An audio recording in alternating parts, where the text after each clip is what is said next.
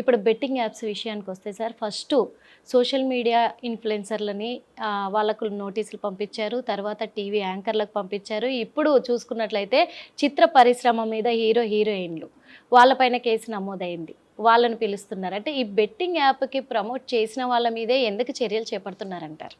Betting promote చేసే వాళ్ళ మీద ఎందుకు చర్యలు పడుతున్నారంటే, ముందు ఫస్ట్ అసలు నడుపుతున్న వాళ్ళ మీద కేసు పెట్టారు. ఆ నడుపుతున్న వాళ్ళ కేసు పెడితే దాంట్లో పోలీసు కానిస్టేబుల్ కిరణ్ యాదవ్ దొరికాడు. అతను కూడా ప్రమోట్ చేశాడు. అతను యాపే నడుపుతున్నాడు, ప్రమోట్ చేయటం కాదు. Is not a promoter, is running app. So అతను దొరికాడు. అంటే ఆర్గనైజ్ చేస్తున్న వాళ్ళు దొరికారు. ఆర్గనైజేషన్లో అతను కూడా ఉన్నాడు, ఆర్గనైజర్లో ఉన్నాడు. వాళ్ళందరూ మమ్మల్ని పట్టుకుంటున్నారు, ప్రమోట్ చేసిన వాళ్ళు పట్టుకోండి అని అన్నారు. అనగానే దొరికింది సాకు సినిమా వాళ్ళని పట్టని వీళ్ళు పడిపోయారు. ఎట్లా 2016లో ప్రకాష్ రాజ్ యాడ్ ఇచ్చాడు, వాడు ప్రమోట్ చేశాడు. మళ్ళీ 2017 రెన్యువల్ చేయమంటే లేదయ్యా, నేను అప్పుడు తెలియక నేను ఇదేదో మామూలు, ఎందుకంటే జోదం అనేది లైసెన్స్ ఇచ్చారు కనుక అందులో హైకోర్టు కూడా it is a skilled game అని కూడా అంద కనుక నేను ఇచ్చాను. బట్ తర్వాత నాకు అర్థమైంది ఇది చాలా wrong, I will not renew అని 2017లో దాన్ని రెన్యూ చేయకుండా వదిలేశాడు, చేయనన్నాడు. సో 2016 ఇప్పుడు మాట్లాడుతున్నాడు. దేవరకొండ ఏంటి, దేవరకొండ తన దగ్గరికి వచ్చినప్పుడు దాని యొక్క అథెంటిసిటీ ఏంటి అని legally it is licensed, legally registered. So లీగల్గా రిజిస్టర్ అయింది కనుక దానికి చేశాడు. మీరు రిజిస్ట్రేషన్ ఇచ్చినప్పుడు తప్పులేంది, తను ప్రమోట్ చేస్తే తప్పు ఎట్లా ఉంది? మీరు రిజిస్ట్రేషన్ చేయొద్దు అంటే అందుకని వాళ్ళు చేయటం కరెక్ట్ అని సమర్థించదు.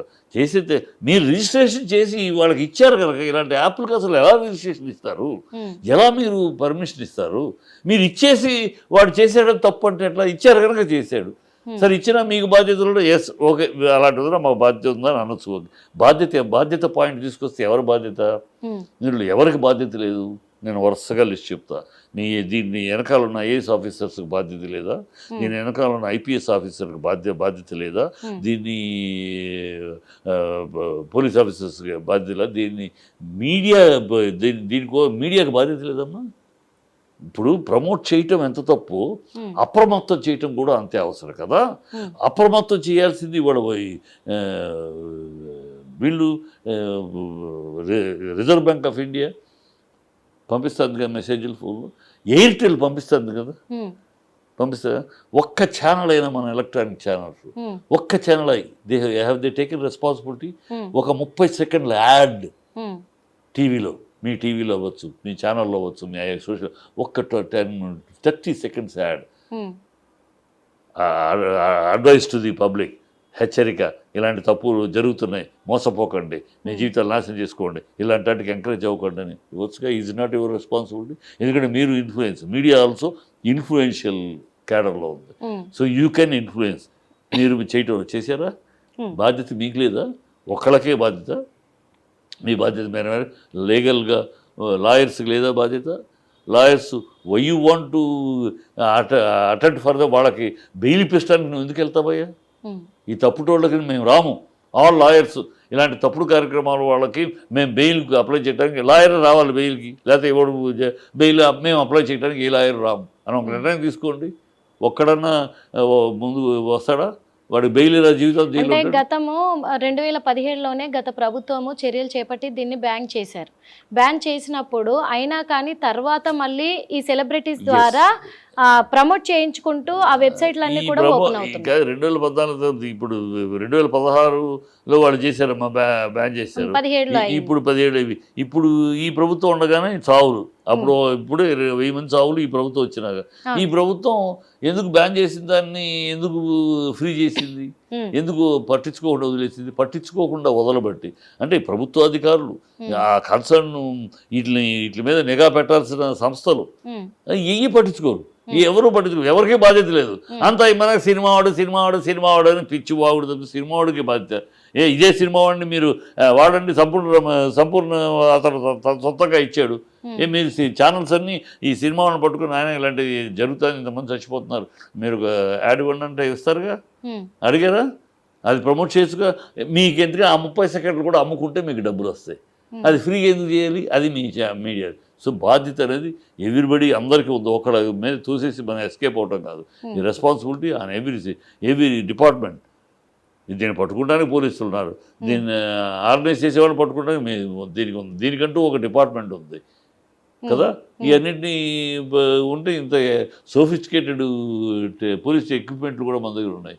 ఉన్న జరుగుతుందంటే చూసి చూడనట్టు. ఇవాళ కానిస్టేబుల్ చేయగలుగుతా అంటే వెనకాల ఎంత బ్యాక్గ్రౌండ్ ఉంటే చేయగలుగుతారమ్మా? చేయకుండా అంటే ఇప్పుడు చిత్ర పరిశ్రమ నుంచి ఇంతమందికి అయితే కేసు నమోదైంది, నోటీసులు కూడా జారీ చేశారు సార్. ఇప్పుడు మొత్తానికి ఒక్కొక్కరుగా వాళ్ళను ఎంక్వైరీకి పిలుస్తూ ఉన్నారు, పోలీసుల ముందు హాజరవ్వాలని. ఇప్పటికీ ఒక ఇద్దరు అయితే హాజరవ్వడం కూడా జరిగింది, వాళ్ళ నుంచి కొన్ని ఆధారాలు సేకరించారు. కానీ మొత్తం మీద ఈ 25 మంది సెలబ్రిటీలు కూడా వీళ్ళు నిందితులు అంటారా, నిరపరాధులు అంటారా? నిందితులు కాదమ్మా. ఇప్పుడు ఇంకోటి తెలుసమ్మా, ఇంకోటి ఎందుకు ఈ జరుగుతున్నాయి పేటరైపోతున్నాయి చెప్పనమ్మా. There is no serious sections to control this. ఇప్పుడు ఫర్ ఎగ్జాంపుల్ డ్రగ్స్ ఉంది. డ్రగ్స్ పెడ్లర్ ఈజ్ ఎ దోషి, హోల్డర్ ఈజ్ ఎ దోషి, టేకర్ ఈజ్ నాట్ ఎ దోషి, ఈజ్ ఎ విక్టిమ్. అంటే అమ్మేవాడు దోషి, దోషే, దాన్ని జేబులో పెట్టుకున్నవాడు దోషే, కానీ తీసుకున్నవాడు దోషి కాదు, వాడు బాధితుడి కింద లెక్క. అది చట్టం. ఇంకెట్లా కంట్రోల్ అవుద్ది? ఎక్కడి నుంచి కంట్రోల్ అవుద్ది? వాడు బాధితుడు దోషి కాదు, తీసుకుంటాడు, వాడు బాధితుడి కిందే లెక్క. సో వాడు ఈజీ. సో అది కాదు, చట్టంలో ఈ మార్పులు రావాలి. బాధితుడు అనేవి వాడిని రీహాబిలిటేషన్ పంపించాలి, వాడిని బాగుపరచాలి, సింపతి చూపించాలి. All this non sense. వాడు బాధితుడు డ్రగ్స్ తీసుకున్నంటే ఈ should be taken to task. అది వదిలేసి బాధితుడు, అమ్మేవాడు, ట్రావెల్ జేబులో పెట్టుకున్నవాడు, ఈ సెక్షన్స్ వల్ల they are escaping it. Plus ఈ డబ్బులు, ఈ యాప్లు ఎక్కడి నుంచి వస్తున్నాయి? 80% చైనా, అవుట్ ఆఫ్ కంట్రీ. ఇప్పుడు ఈ బెట్టింగ్ యాప్లో వెళ్ళే డబ్బు 80% ఎక్కడికి వెళ్తుంది? చైనాకి వెళ్తారు. చైనా యాప్లు ఇక్కడ ఊరినే పైకి ఆర్గనైజ్ చేసేవాడే, నడిపేవాడే, వీడికి ఏదో జీతం మీద దానిలో పరిస్థితి. అసలు వాళ్ళు కోట్లు దుబ్బేసేది వాళ్ళ యాప్లు అక్కడి నుంచి వస్తాయి. ఇవన్నీ కంట్రోల్ ఎక్కడి నుంచి చేయాలి? దీన్ని ఎప్పుడు ఎవరు పట్టుకోవాలి? టోటల్ ఒక పెద్ద విష సర్కిల్ ఇది. ఇక్కడ ఐఎస్ఐ ఏజెంట్లు, ఐఎస్ఐఎస్ వాళ్ళు ఒక టెర్రరిస్ట్ గ్రూపు, వాళ్ళకి ఆదాయం ఇయ్యే, ఈ బెట్టింగ్ ల్యాబ్ల ఆదాయమే, డ్రగ్స్లో ఆదాయమే వాళ్ళు నడపడానికి. వాళ్ళు ఎవరయ్యా? దేశ విచ్ఛిన్నానికి, దేశం చేల్చడానికి, చెడగొట్టడానికి పోరాడుతున్న పిఎఫ్ కానీ, పిడిఎఫ్ కానీ, వీళ్ళు కానీ టెర్రరిస్ట్ గ్రూపులు. వీళ్ళు ఎంతసేపు కేరళలో అక్కడ చేస్తూనే ఉంటారు గొడవలు. ఎప్పుడు ఏదో గొడవ జరిపి సృష్టిస్తూ ఉంటారు. వాళ్ళకి డబ్బులు కావాలి, ఆ డబ్బులు ఇదే ఆదాయం. మరి అందులో భాగంగానే వీళ్ళు కూడా డబ్బుల కోసమే ప్రమోట్ చేశారు కదా. వీళ్ళు డబ్బుల కోసం, వాళ్ళేం అది కోట్ల ఆదాయం. అక్కడ ఎందుకు వాళ్ళని కంట్రోల్ చేయలేకపోతుంది ప్రభుత్వం? ఆఫీసర్స్, మనకు స్ట్రాంగ్ ఆఫీసర్స్ ఉన్నారు, ఇలాంటి వాళ్ళని పట్టుకుంటానికి దూపరాదు. కానీ వాళ్ళ దగ్గర పిక్చర్స్, ఈ చేసేవాళ్ళు ఐఎస్ఐఎస్ కానీ, పీడిఎఫ్ కానీ, వీళ్ళ వెనకాల పెద్ద గ్యాంగ్ ఉంది. మనుషులు లేపేస్తారు. ఒక ఆఫీసర్ కనుక సీరియస్గా దాని మీద యాక్షన్ తీసుకుంటే ఆఫీసర్ ఉండరు, వాళ్ళ కుటుంబ సభ్యులు ఉండరు. మన ప్రభుత్వాలు ఎమ్మెల్యేలకి అనవసరంగా వాళ్ళకి ఇచ్చే సెక్యూరిటీ ఈ ఆఫీసర్స్కి ఎవరు? ఆఫీసర్స్ సెక్యూరిటీ ఇవ్వకపోతే, స్ట్రాంగ్ సెక్యూరిటీ ఇవ్వమనండి, నీకు నీ కుటుంబానికి ఈగ వాళ్ళకుండా మేము మొత్తం జెడ్+ సెక్రటరీ మీకు ఇస్తామనండి. మన మన ఆఫీసర్ అలా ఆడుకుంటారు. కానీ మన ఆఫీసర్లకి సెక్యూరిటీ ఇవ్వలేదు. మరి ఈ యాప్స్ వెనకాల ఇంత పెద్ద నెట్వర్క్ ఉంది కదా సార్, ఈ నెట్వర్క్ అంతా ఈ సెలబ్రిటీస్కి తెలిసే ఉంటది కదా, ప్రమోట్ చేసే వాళ్ళకి. ఎందుకంటే ఇంత డేంజరస్ కదా అని చెప్పి. ఎలా తెలుస్తుందమ్మా? నువ్వు రిజిస్టర్డ్ నేను చూస్తున్నాను, నా దగ్గరికి వచ్చారు సార్ ప్రమోట్ చేయండి అని. ఏది మీ డీటెయిల్ ఇచ్చారు, చూస్తే రిజిస్టర్డ్, ఓన్లీ ఆ సర్టిఫికెట్ చూసుకొని అంతే. రిజిస్టర్డ్ అంటే ప్రభుత్వం ఆమోదించిన ఇది, దాన్ని నేను ప్రమోట్ చేయడానికి తప్పే ఉంది, అంతే కదా. నేను ప్రభుత్వం ఆమోదించింది ఇది, నువ్వు సర్టిఫికేట్ ఇవ్వకపోతే నువ్వు ఇట్ ఈస్ నాట్ రిజిస్టర్డ్ నేను చేయను. దేవరకౌండ్ అదే అడిగి రిజిస్టర్డ్ సర్టిఫికేట్ చూసినాకే ఒప్పుకున్నాడు. సో రిజిస్టర్డ్ దానికి చేయడానికి నాకు ఎందుకు అనుమానం వస్తుంది?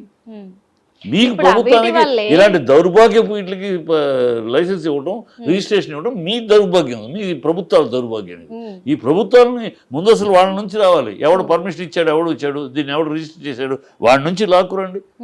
ఇప్పుడు పట్టుకున్నాడు. ఇంతమంది బెట్టింగ్ యాప్లలో పాల్గొని చాలా మంది కూడా ఆత్మహత్యలు చేసుకున్నారు సార్. అంటే కేవలం వాళ్ళు ఏమంటున్నారంటే సెలబ్రిటీస్ ప్రమోట్ చేశారు కాబట్టి జెన్యూన్ అని చెప్పేసి వీళ్ళు పాల్గొనడం ఈ జరిగింది అని పిచ్చి అంటున్నారు. మాటలమ్మా, మరి ఇలా ఆత్మహత్యలకు ఈ కారణం ఎవరంటారు? పిచ్చి మాటలు. సెలబ్రిటీ ప్రమోట్ చేశారు కానీ ఊనే బురద చల్లటానికి గ్లాస్ బాగా అద్దాల మేడ కరకర 16 నుంచి 15 నుంచి జరుగుతుంది. అప్పుడు ఏ సెలబ్రిటీ చేశాడమ్మా? తెలుగు ఇండస్ట్రీ తీసుకో, ఏ సెలబ్రిటీ యాప్స్ అన్నాడు? ఏ ఒక్క ప్రకాష్ రాజు 16లో చేశాడు, ఇమీడియట్గా మానేశాడు. తర్వాత ఎవరు చేశారు? వీళ్ళందరూ ఈ మధ్యకాలంలో చేసిన వాళ్ళు. అది ఇంత విస్తృతంగా వెళ్తా ఉంటే విస్తృతంగా ఓకే ఇప్పుడు వాళ్ళు రిజిస్టర్ చేసిన ఆఫీసర్ల తప్పు, ఇచ్చింది కూడా ప్రభుత్వమే కాబట్టి వీళ్ళ రిజిస్టర్ తప్పు. చేసి ఇచ్చింది కాబట్టి చెప్పు. వాళ్ళదే బాధ్యత కదా అంతే. అంటున్నారు మీరు. ఇప్పుడు ప్రమోషన్ చేయటం వల్ల ఇది 9 ఏళ్ళుగా ఎందుకు జరుగుతుంది? 10 ఏళ్ళుగా సాగుతుంది. వేల మంది ఇప్పుడు ఈనాళ్ళు ఇంత నిద్రపోయారా ఈ ప్రభుత్వాలు, అధికారులు? వీళ్ళందరూ గుడి గుర్రం అయితే పడుతున్నారు. ఒకటే అడుగుతాను సార్, ఈ ప్రభుత్వమే ఇప్పుడు రిజిస్ట్రేషన్ చేసి ఇచ్చింది, వీళ్ళకు పర్మిషన్ అనుకుందాం ఒక మాట. మరి ఎందుకు సార్ ఇప్పుడు వీళ్ళదే తప్పని ప్రభుత్వం నిలదీస్తుంది? వీళ్ళు అదే వాళ్ళ దీన్ని కప్పిపుచ్చుకుంటానికి ఇప్పుడు సరే మరణిస్తున్నారు, మరణిస్తే ప్రజలు ప్రశ్నిస్తారు కదా ఇది ఏం చేస్తున్నారు. ఇప్పుడు వాడిని ఏం చేస్తారు? వీళ్ళ రిజిస్టర్ ఇచ్చి ఇప్పుడు ఏం చేయగలరు? వాడిని నడిపేవాడిని మీరే రిజిస్ట్రేషన్ ఇచ్చారు. వాడు కోర్టులో కూడా సార్ నేను రిజిస్ట్రేషన్ ప్రకారం నడుపుతా అన్నారు అని చెప్తాడు. జోదం పేకాటని స్కిల్డ్ గేమ్ అని కోర్టే చెప్పింది. సో ఇంకా వాడిని ఏం చేస్తారు మీరు? సో మీరే అందుకని వీళ్ళ సెలబ్రిటీల మీద వేస్తే వాళ్ళదేదో తప్పు. వీళ్ళందరూ సొంతపూసలు, ఈ పోలీస్ ఆఫీసర్లు, ఐఏఎస్ ఆఫీసర్లు, దీని కారణంలో గ్యాంగ్, ఈ ప్రభుత్వం, అధికారులు అందరూ సొంతపూసలు. సినిమా వాడు ఒకటి చెప్పడం వల్ల ఇది అయిపోయింది. నాన్ సెన్స్, ట్రాష్ ఇది. Let them take action on who he's given permission. Officer ఎవడు అసలు?